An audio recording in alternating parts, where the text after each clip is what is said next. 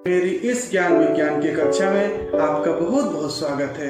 हमेशा की तरह आज भी मैं आपके लिए बहुत सारी जानकारी लेकर आ गया हूँ। तो आज हम बात करेंगे मापन की। हम अपनी सामान्य भाषा में नापना, तौलना आदि नामों से इसे जानते हैं।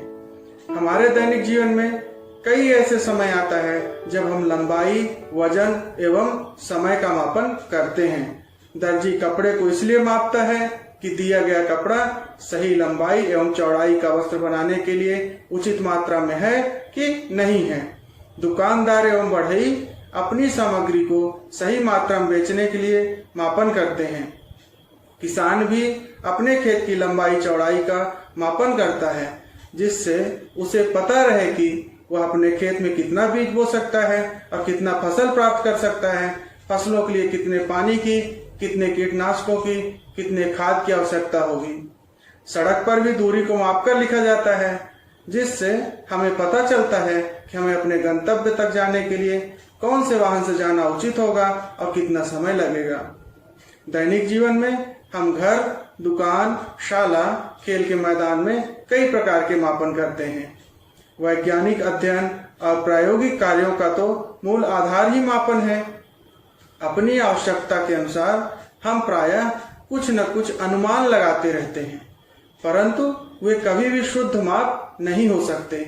सही और सूक्ष्म माप की विधियों में हम कुछ विशिष्ट उपकरणों का उपयोग करते हैं, जैसे वस्तु की लंबाई मापने के लिए मीटर, स्केल या मापक फीता, द्रव्यमान यानी वजन मापन के लिए भौतिक तुला, आयतन मापन के लिए मापक सिलेंडर इत्यादि। ये सभी मापन की प्रत्यक्ष विधियां हैं।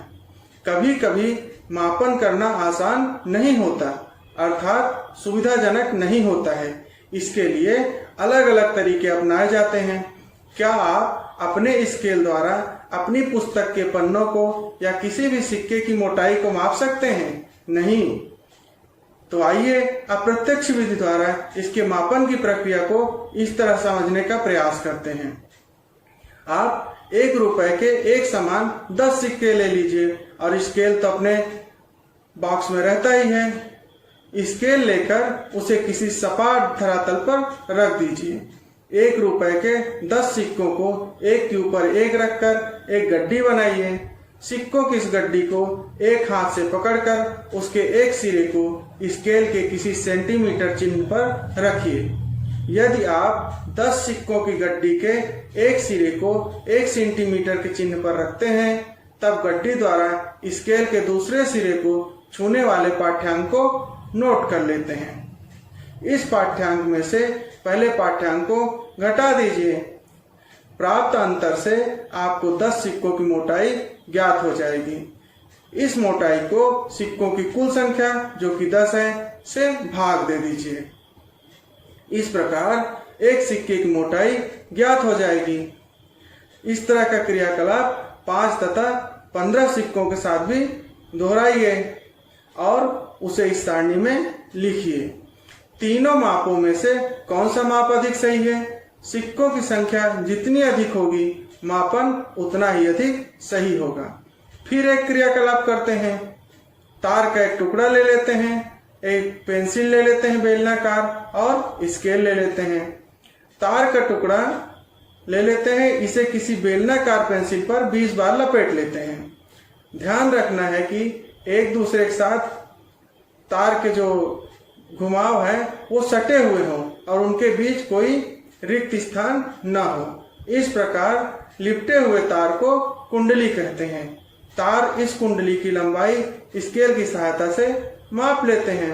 उक्त अवलोकन को सारणी में लिख लेते हैं। तार की कुंडली की लंबाई को लपेटों की संख्या से विभाजित कर लेते हैं और तार की मोटाई को ज्ञात कर लेते हैं। तार की मोटाई जो होती है, तार की कुंडली की कुल लंबाई जो सेंटीमीटर में है, उसमें तार को जितने बार लपेटे रहते हैं उससे भाग देकर प्राप्त कर लेते हैं। इसी प्रकार 30 तथा 40 लपेटों की कुंडली बनाकर तार की मोटाई ज्ञात करके इस सारणी में आप लिखिए।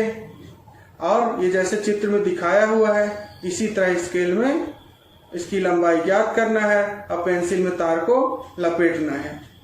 इस तरीके से हम तार की मोटाई आसानी से पता लगा सकते हैं।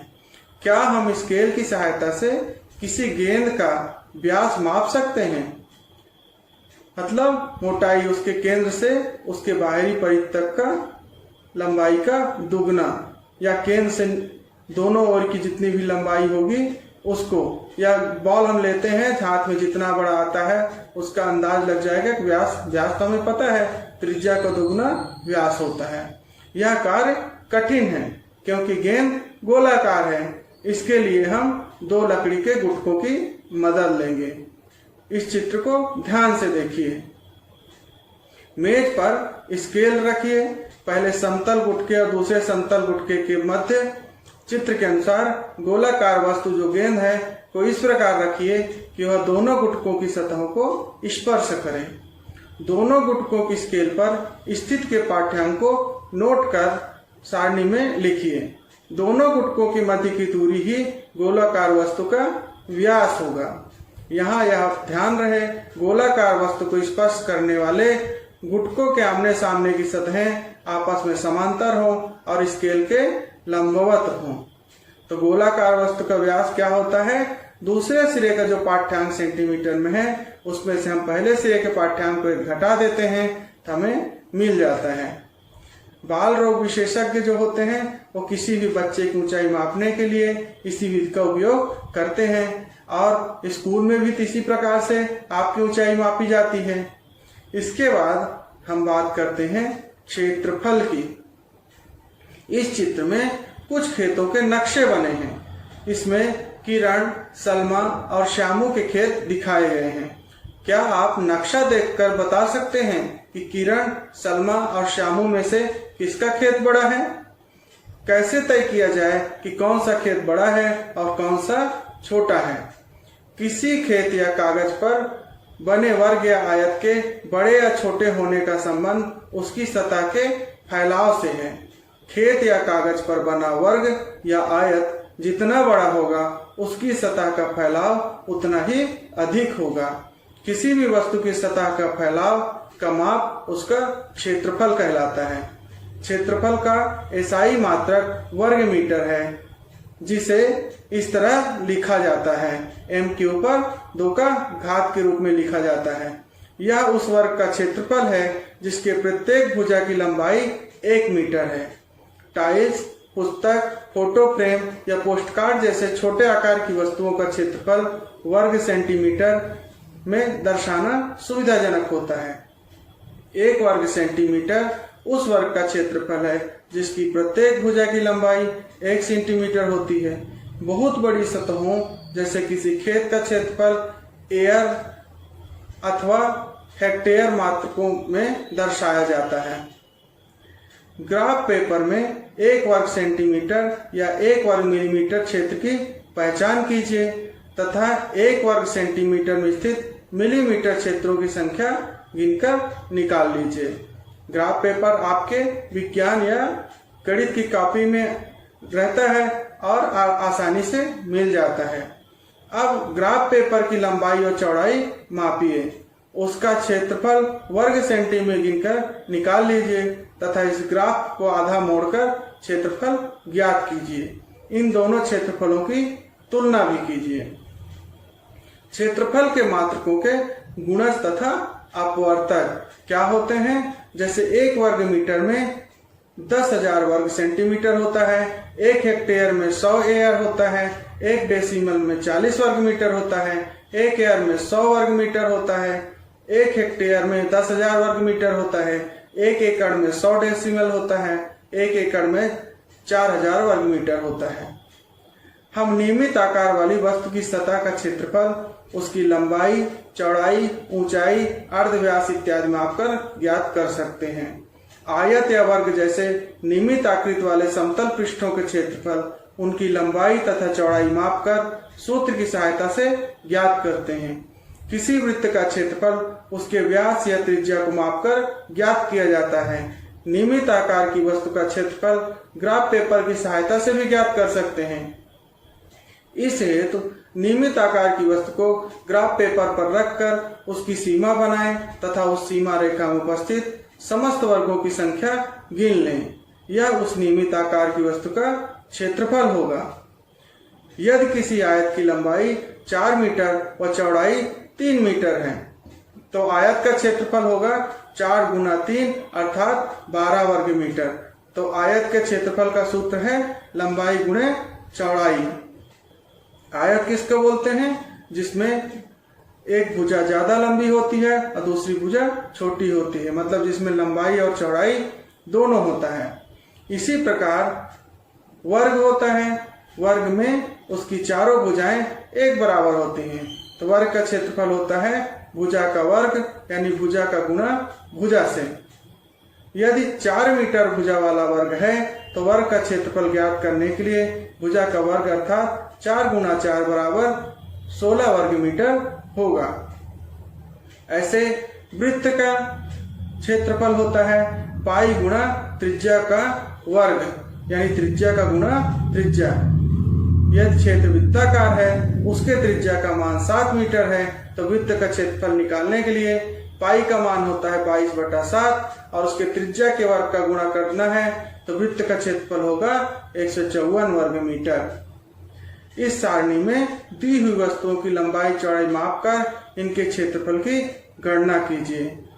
वस्तु क्या दिया हुआ है? आपके पाठ्य पुस्तक का आवरण पृष्ठ, एक पोस्ट कार्ड, मेज का ऊपरी पृष्ठ, बोतल के तली का पृष्ठ, जो भी आपको मिले अपने हिसाब से वस्तु भी बदल सकते हैं और लंबाई चौड़ाई अर्धव्यास के हिसाब से उसका क्षेत्रफल आपको निकालना है।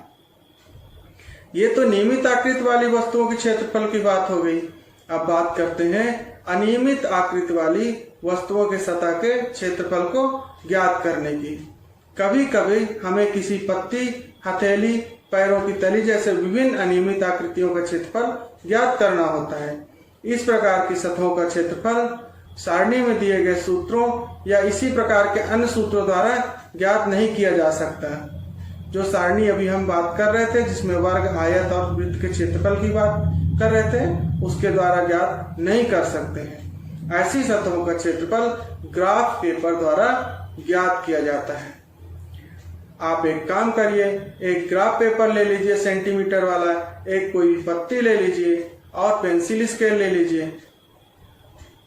तो अनियमित सतह वाली वस्तु जो पत्ती आप लिए हैं उसे ग्राफ पेपर पर चित्र के अनुसार रख लीजिए और उसकी सीमा रेखा यानी बाहर पत्ती के पेंसिल से लाइन खींच लीजिए। अब सीमा के अंदर पूरे वर्गों की संख्या जो है ज्ञात कीजिए, वह सारणी में लिख लीजिए। सीमा के अंदर उन वर्गों की संख्या ज्ञात कीजिए जो वर्गों को आधा या आधे से अधिक घेरते हैं, उसको हम y के रूप में मान सकते हैं। उन वर्गों को छोड़ दीजिए जो आधे से कम हैं। इस विधि से प्राप्त वर्गों की कुल संख्या, मतलब जो वर्गों की कुल संख्या पूरा भरा हुआ है या आधा से अधिक घेरे हुए हैं, उनको जोड़ के ही पत्ती के क्षेत्रफल का लगभग मान होगा तथा इसका मात्रक वर्ग सेंटीमीटर होगा। चित्र को ध्यान से देखिए और सारणी को भी ध्यान से देखिए तो आपको पता चल जाएगा।